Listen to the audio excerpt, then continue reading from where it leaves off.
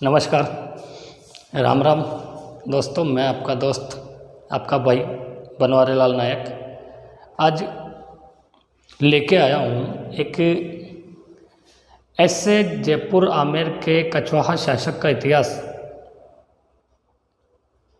जिसने उन मराठों को दबाया या उन मराठों को हराया जिनको उनके घर में जाके कोई नहीं हरा पाया। ना हैदराबाद के नवाब, ना कर्नाटक के नवाब, कोई नहीं हरा पाए उन मराठों को आमेर के शासक, जयपुर के कछवाहा शासक मिर्ज़ा राजा जयसिंह ने हराया। तो आज हम पढ़ेंगे उन मिर्ज़ा राजा जयसिंह का इतिहास, कंप्लीट इतिहास एक ही वीडियो में। लास्ट तक बने रहे वीडियो मेरे साथ। जयपुर के मिर्ज़ा राजा जयसिंह शासक बनते हैं 1621 से 1669 ईस्वी तक। 1614 ईस्वी में आमेर के शासक मानसिंह कछवाहा की मृत्यु होती है इलिचपुर में। इसके बाद मानसिंह की मृत्यु निसंतान हुई थी, तो आमेर के शासक बनते हैं भाऊ सिंह। 1614 से 21 लगभग 7 साल शासन करते हैं। उस टाइम में मानसिंह के छोटे भाई महासिंह, उनके पुत्र जयसिंह की आयु थी 2 वर्ष। तो असली जो आमेर के शासक के अधिकारी या हकदार थे वो थे मिर्ज़ा राजा जयसिंह थे। इनकी माता का नाम था दमयंती। दोस्तों, ये इनकी जो माता थी वो दौसा की थी।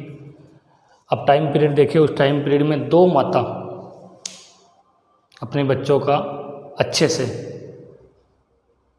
उनको जीवन संस्कार दे रही है, उनको धार्मिक, राजनीतिक, सैनिक हर तरीके की शिक्षा दे रही है। एक तो है महारानी दमयंती जो दौसा में रहकर अपने पुत्र जयसिंह को सैनिक रण कौशल हर तरह की शिक्षा दे रही है।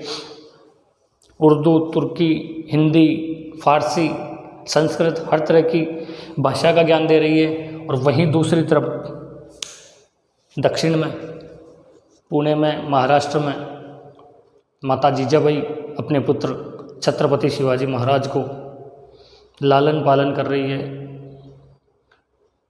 किसको पता था कि एक ही साथ जन 2 नवयुवकों या 2 बच्चों का जो लालन पालन हो रहा है वो कभी जाके दोनों ही रण कौशल में प्रवीण कभी जाके टकराएंगे।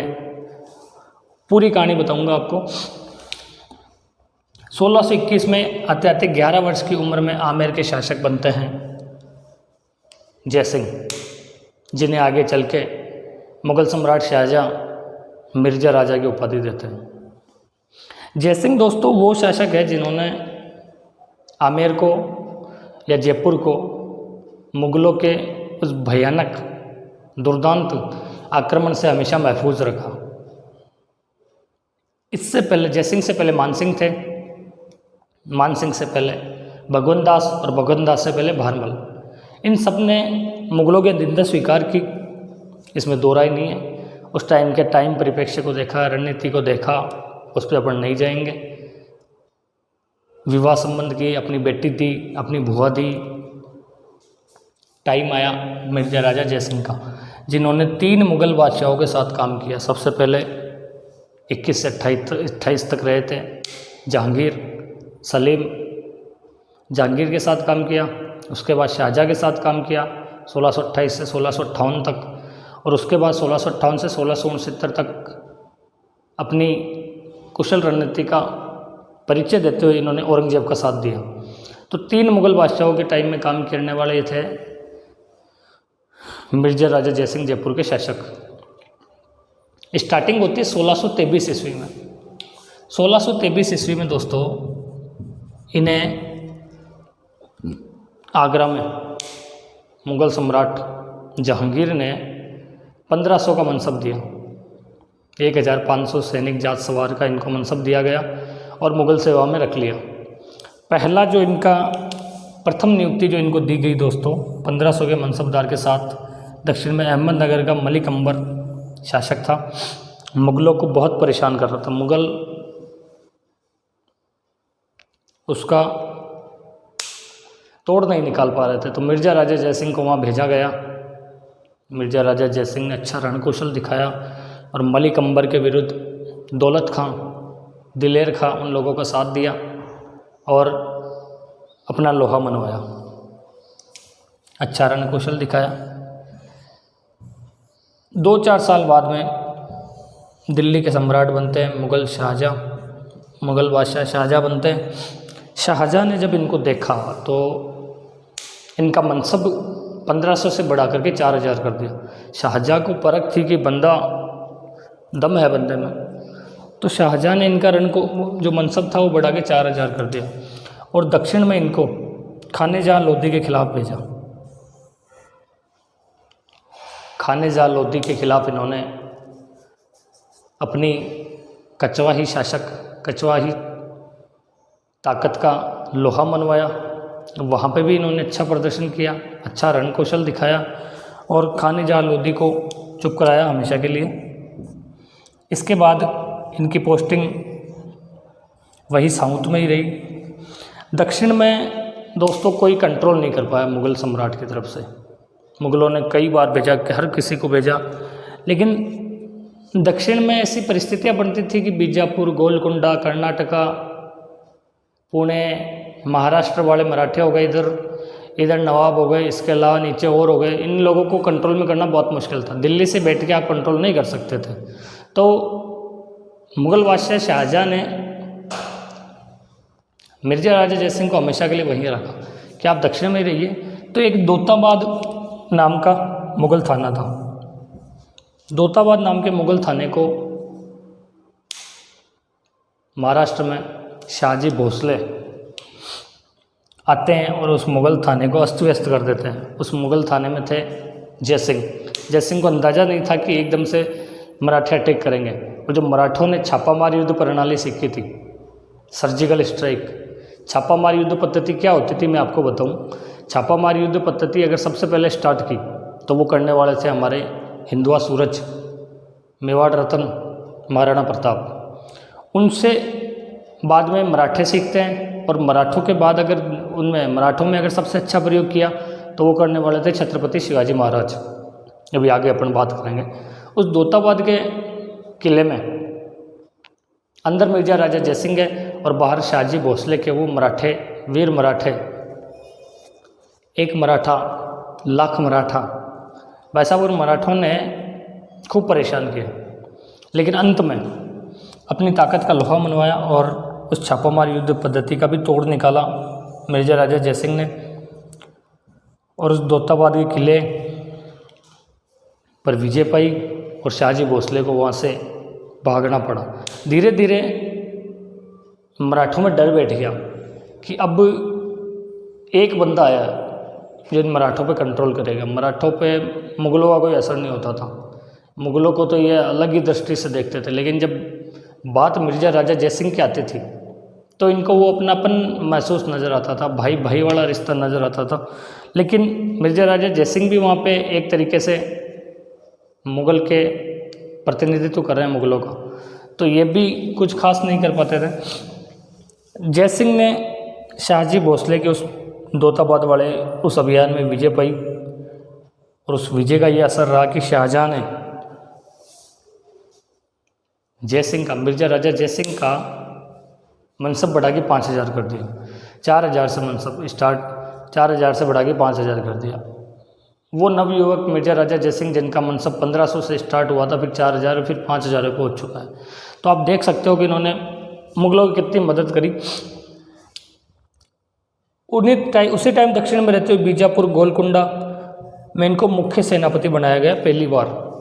इससे पहले ये सहायक सेनापति के रूप में काम करते थे, असिस्टेंट बना करके भेजा जाता था इनको, कभी दिलेर खां का, कभी दौलत खां का, मुग़लों के।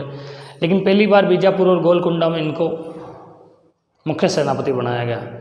मतलब शाहजहाँ तो इतना खुश हो गया उस बीजापुर गोलकुंडा अभियान से कि इनको चाटसू का क्षेत्र दिया गया और अजमेर का क्षेत्र दिया गया, ये जागीर में मिली। इसके बाद शुजा के साथ शाहजहाँ के 3-4 बेटे थे, एक का नाम शुजा, एक का दारा, एक का औरंगजेब और एक का मुराद। तो शुजा के साथ कंधार अफ़गानिस्तान में भेजा गया और वहाँ भी भाई साहब अफ़गानों को दबाने में सबसे बड़ा योगदान दिया, तो वो थे मिर्ज़ा राजा जयसिंह। उस शुजा वाले अभियान के तहत इनको खुश होकर शाहजहाँ ने कामाखो और जागीर, कामाखो और पहाड़ी के वो हिस्से दे दिए और उनको आमेर के साम्राज्य में हमेशा हमेशा के लिए मिला दिया। मतलब शाहजहाँ इतना खुश हुआ इस अफ़गान विद्रोह को दबाने से कि उन्होंने जयसिंह को मिर्ज़ा राजा की उपाधि दी। अगर अपने competition exam point of view से देखें तो मिर्ज़ा राजा की उपाधि किसने दी, तो वो शाहजहाँ थे मुग़ल सम्राट, जिन्होंने जयसिंह को मिर्ज़ा राजा की उपाधि दी। और किस अभियान से खुश होकर दी, तो कंधार के उस मुग़ल अफ़गान विद्रोह के अभियान से इनको मिर्ज़ा राजा की उपाधि दी गई। अब आते आते साल आ गया दोस्तों 1658 और मिर्ज़ा राजा जयसिंह मुग़लों के एक खास स्तंभ बन चुके हैं। एक तरीके से कहे तो पहले अकबर के टाइम अगर किसी ने सबसे अच्छा राइट हैंड के रूप में काम किया था तो वो थे जयपुर आमेर के शासक मानसिंह कछवाहा। और शाहजहाँ के टाइम आते आते राइट हैंड अगर बनने का काम किया तो वो किया मिर्ज़ा राजा जयसिंह ने। अब उत्तराधिकार संघर्ष स्टार्ट हो गया। शाहजहाँ के 4 बेटे मुराद, शुजा, दारा और औरंगजेब। उत्तराधिकार नियम, ज्येष्ठ नियम तो ये कहता है कि दारा सबसे बड़ा बेटा, तो दारा शासक बनना चाहिए मुग़ल सम्राट। लेकिन इनमें सबसे जो कूट कूट के कमीना जिसमें भरा था वो भरा था अपने औरंगजेब में। तो औरंगजेब ने अपने सभी भाइयों को मारा मिर्ज़ा राजा जयसिंह के सहयोग से। उस मुग़ल संघर्ष, उत्तराधिकार संघर्ष में मिर्ज़ा राजा जयसिंह को पता था कि ये औरंगजेब हारने वाला नहीं किसी से, तो इन्होंने अपनी दूरदर्शिता का परिचय दिया और इन्होंने औरंगजेब का साथ दिया। औरंगजेब के साथ के तहत इन्होंने धर्मत के युद्ध में अच्छा प्रदर्शन किया। इसके बाद दोराई के युद्ध में दारा को वहाँ से भगाया। इसके बाद दारा के हमेशा पीछे पड़े रहे दारा शिको, शाहजहाँ के सबसे बड़े पुत्र को इन्होंने पकड़वाया और अंत में उस दारा को प्राण दंड दिलवाया, मृत्युदंड दिलवा दिया। मतलब पहले शाहजहाँ खुश हुआ था, अब औरंगजेब खुश हो गया। उस टाइम मारवाड़ के एक शासक थे महाराजा जसवंत सिंह जी, वो दारा के खास थे। तो इन्होंने समझाया जसवंत सिंह जी को कि देखो जसवंत सिंह जी, हमेशा साथ उसका दो जो जीतने लायक हो। तो अभी औरंगजेब है, आप औरंगजेब का साथ दीजिए। तो जसवंत सिंह जी भी औरंगजेब का साथ देते हैं और औरंगजेब जसवंत सिंह जी को दक्षिण में भेज देता है। लेकिन जसवंत सिंह जी केवल दिखावे में साथ थे इसके, बाकी इन्होंने दारा का साथ दिया, दारा के बेटे अकबर का साथ दिया। तो दिखावे के रूप में ये दक्षिण में गए, लेकिन इन्होंने दक्षिण में कुछ ज़्यादा काम किया नहीं। उसके बाद इनको वापस कंधार वाले उस इलाके में भेज दिया गया। तो जब ये इतना सब कुछ चल रहा था तो महाराष्ट्र में कि उस इलाके, दक्षिण वाले इलाके में एक सनसनी बन के उभरे थे छत्रपति शिवाजी महाराज। तो भाई साहब, छत्रपति शिवाजी महाराज ने सूरत को लूटा, जहाँ जहाँ मुग़ल थाने थे सबको लूटा। और औरंगजेब की मतलब हवा टाइट हो गई कि आखिर करे क्या, कैसे शिवाजी महाराज का तोड़ निकाले। कोई तोड़ निकल नहीं पा रहा था। शाइस्ता खां को भेजा अपने मामा को औरंगजेब ने। शाइस्ता खान इतना डरा, शाइस्ता खान पे कब किधर से हमला होता, छापामारी युद्ध होते, पता ही नहीं चल पाता। शाइस्ता खान का अंगूठा काट के रख लिया वहीं पे शिवाजी महाराज ने और कहा अब भाग तू यहाँ से। उसके परिवार सहित शाइस्ता खान भागता है, आगरा किले में आता है, कहता भाई साहब पूरे इंडिया में मुझे कहीं भेज दो, लेकिन दक्षिण में छत्रपति शिवाजी महाराज के खिलाफ मत भेजो। मतलब ये आलम था कि डर बैठ गया। अब औरंगजेब का ये था कि यार भेजे कैसे दक्षिण में।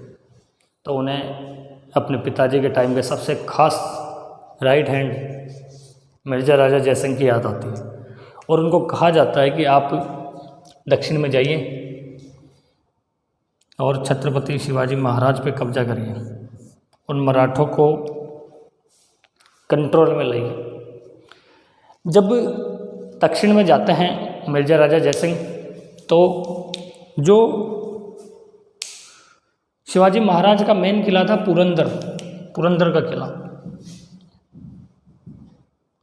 उस पुरंदर के किले को लेने की योजना बनाते हैं मिर्जा राजा जयसिंह। मिर्जा राजा जयसिंह ने उस पुरंदर के किले को घेरना स्टार्ट किया। उस पुरंदर के किले के आसपास में एक माची किला भी था, एक वज्रगढ़ किला भी था। ये किले उसकी शस्त्रागार के रूप में प्रयोग किए जाते थे।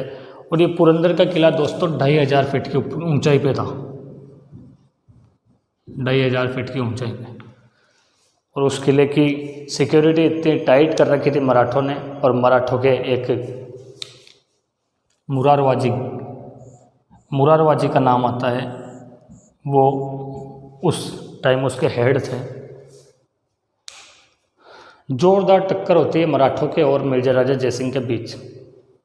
मराठे संख्या में कम थे और मिर्जा राजा जयसिंह की संख्या ज़्यादा थी उसकी सेना की। अंत में मिर्जा राजा जयसिंह उस पुरंदर के किले पे कब्जा करते हैं और मुरारवाजी मराठा, एक मराठा लाख मराठा मुरारवाजी की वीरता से युद्ध करते हुए मुरारवाजी उस युद्ध में अपना बलिदान देते हैं और बताते हैं कि मुरारवाजी का धड़ उस युद्ध के मैदान से मराठे लेकर जब शिवाजी महाराज के पास जाते हैं तो शिवाजी महाराज उनका अंतिम संस्कार करवाते हैं और कसम खाते हैं कि मिर्जा राजा जयसिंह को घुटनों के बलिया ला पटकेंगे इस मराठा के अंदर, महाराष्ट्र के अंदर। उसके बाद दोस्तों लगभग 2 माह तक युद्ध चलता रहा। मिर्जा राजा जयसिंह एक एक करके इसके शिवाजी महाराज के सभी किले फतेह करने लगे। तो 2 माह के बाद बताते हैं कि छत्रपति शिवाजी महाराज ने अपना एक दूत भेजा मिर्जा राजा जयसिंह के पास कि आओ संधि करते हैं। तो मिर्जा राजा जयसिंह भाई साहब आप सोच नहीं सकते, उन्होंने उस निडरता का परिचय दिया। इन्होंने कहा कि अगर वापस मैसेज भेजा छत्रपति शिवाजी महाराज के पास कि आपके पास 2 ही ऑप्शन है, या तो आप मेरे से युद्ध करिए, भागिए मत, युद्ध के मैदान में आके लड़िए, और नहीं तो फिर आके बैठो पुरंदर किले में, एक संधि करते हैं। और वो तभी संभव होगा जब आप खुद आत्मसमर्पण सरेंडर करते हो। भाई साहब अगर इस भारत में किसी ने छत्रपति शिवाजी महाराज से सरेंडर करवाया हो तो वह है आमेर के कछवाहा शासक मिर्जा राजा जयसिंह। मतलब शिवाजी महाराज को कंप्लीट अपन कह सकते हैं हरा दिया। मतलब जो पुरंदर की संधि होती है दोस्तों 11 जून 1665 ईस्वी, इसमें छत्रपति शिवाजी महाराज के 35 में से 23 किले ले लिए। एक संधि हो रही है। कई बार मैं कोई वीडियो के कमेंट्स बॉक्स में देखता हूँ तो मतलब राजस्थान वाले और महाराष्ट्र वाले लड़ने लग जाते हैं वैसा कि छत्रपति शिवाजी महाराज ज़्यादा पावरफुल थे, कोई कहता था मिर्जा राजा जयसिंह ज़्यादा पावरफुल थे। तो दोस्तों मैं आपको बताऊं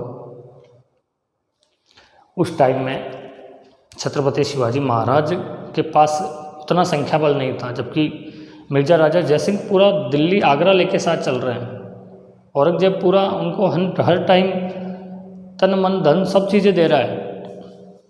तो उस पुरंदर की संधि में से 35 में से 23 किले मुगलों को दे दिए शिवाजी महाराज ने। वो केवल एक ही आदमी की वजह से संभव हुआ, वो थे मिर्जा राजा जयसिंह। संधि की और शर्तें थी कि केवल 12 छोटे दुर्ग शिवाजी महाराज के कंट्रोल में रहे। इसके अलावा शिवाजी महाराज के पुत्र संभाजी महाराज को 5000 का मनसब दिया गया और कहा कि आप जाइए आगरा और हमेशा कसम खाइए कि आप कभी मुगलों को ज़रूरत पड़ी आपकी सहायता की तो आप सहायता देंगे। ये भी संधि में लिखा गया। इसके अलावा संधि में ये भी लिखा गया कि कभी अगर ज़रूरत पड़े आगरा किले में तो आगरा दरबार में शिवाजी महाराज को भी उपस्थित होना पड़ेगा, तो आप उपस्थित होगे। कैसे भी करके मतलब कुल मिला के मिर्जा राजा जयसिंह ने संधि की शर्तों के अधीन कर दिया शिवाजी महाराज को। और 11 जून 1665 ईस्वी को संधि होती है। और इस संधि का जो मेन गवाह था वो था इतिहासकार, इटालियन इतिहासकार मनुची। ये पूरी संधि की शर्तें मनुची ने लिखी है इटालियन भाषा की अपनी किताब में। बताते हैं कि जब 11 जून 1665 ईस्वी को शिवाजी महाराज और मिर्जा राजा जयसिंह मिले थे तो 3 दिन दोनों साथ रहे थे। उस टाइम एक मुगल सेनानायक और था, दिलेर खां। बताते हैं कि मिर्जा राजा जयसिंह और शिवाजी महाराज गले मिलते हैं तो शिवाजी महाराज दिलेर खां के भी गले मिलते हैं, तो ऐसा लगे कि जैसे हाँ सच में शिवाजी महाराज ने मुगलों की अधीनता स्वीकार कर ली। संधि की एक शर्त तो ये भी थी कि आप मुगलों की अधीनता स्वीकार करते हैं। तो बताते हैं कि इतिहासकार लिखते हैं कि 3 दिन जब साथ रहे थे मिर्जा राजा जयसिंह और शिवाजी महाराज, तो इन 3 दिनों में उन्होंने कुछ ऐसी प्लानिंग की थी कि आगरा के किले में से औरंगजेब और इस भारत से पूरे मुगलों को निकाल के फेंका जाए। इसके खिलाफ कुछ रणनीतियाँ भी बनाई गई थी। खैर थोड़े टाइम बाद एक ऐसा टाइम आया जब छत्रपति शिवाजी महाराज को आगरा के किले में बुलाया गया। अब मिर्जा राजा जयसिंह ने संधि तो करवा दी शिवाजी महाराज से, लेकिन अब शिवाजी महाराज को वहाँ कैसे लेके जाए आगरा के किले में। तो लास्ट में छत्रपति शिवाजी महाराज को पूरे सम्मान का वादा किया जाता है कि आपसे आपके साथ वहाँ पे आगरा में सम्मान होगा। उनको सम्मान के साथ वहाँ बिठाया जाएगा आगरा किले में। शिवाजी महाराज अपने कुछ सैनिक और अपने पुत्र संभाजी महाराज के साथ वहाँ उपस्थित होते हैं आगरा के किले में। पहली बार दक्षिण का कोई मराठा योद्धा आगरा के किले में गया है। तो वहाँ पे कुछ ऐसा होता है कि इतिहासकार लिखते हैं कि उस दरबार में औरंगजेब ने शिवाजी महाराज का अपमान किया, मतलब उनको मनसबदारों की लाइन में लगा दिया गया। अगर भारत में या उत्तर में अगर औरंगजेब का राज है तो दक्षिण में आप मान के चलिए छत्रपति शिवाजी महाराज का राज है। और उनको एक आपने नॉर्मल मनसबदार या नॉर्मल सामंत की श्रेणी में लाके खड़ा कर दिया, तो उससे शिवाजी महाराज को थोड़ा सा